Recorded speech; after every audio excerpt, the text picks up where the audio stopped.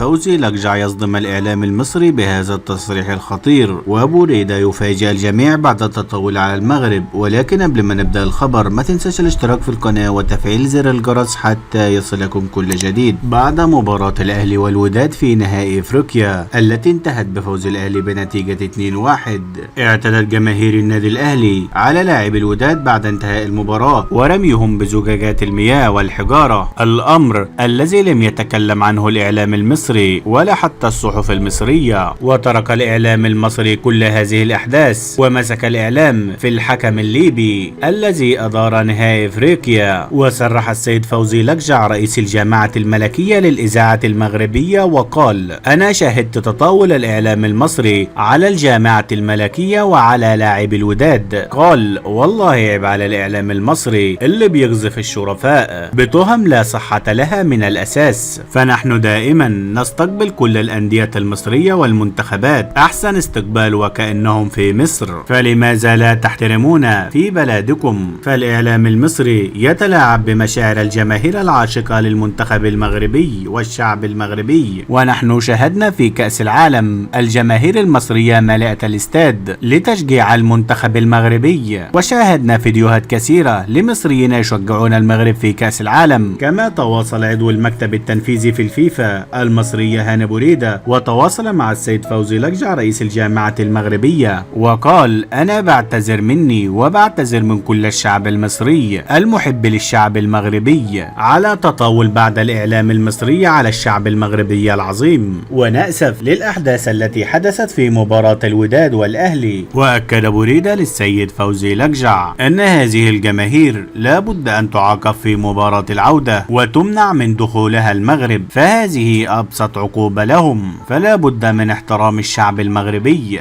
وأخيرا شاركنا برأيك في التعليقات، هل أنت توافق على كلام أبو ريدة ومنع جماهير الأهلي من حضور نهائي افريقيا؟ واضغط لايك على هذا الفيديو ولا تنسى الاشتراك في القناة وتفعيل زر الجرس حتى يأتيك كل جديد.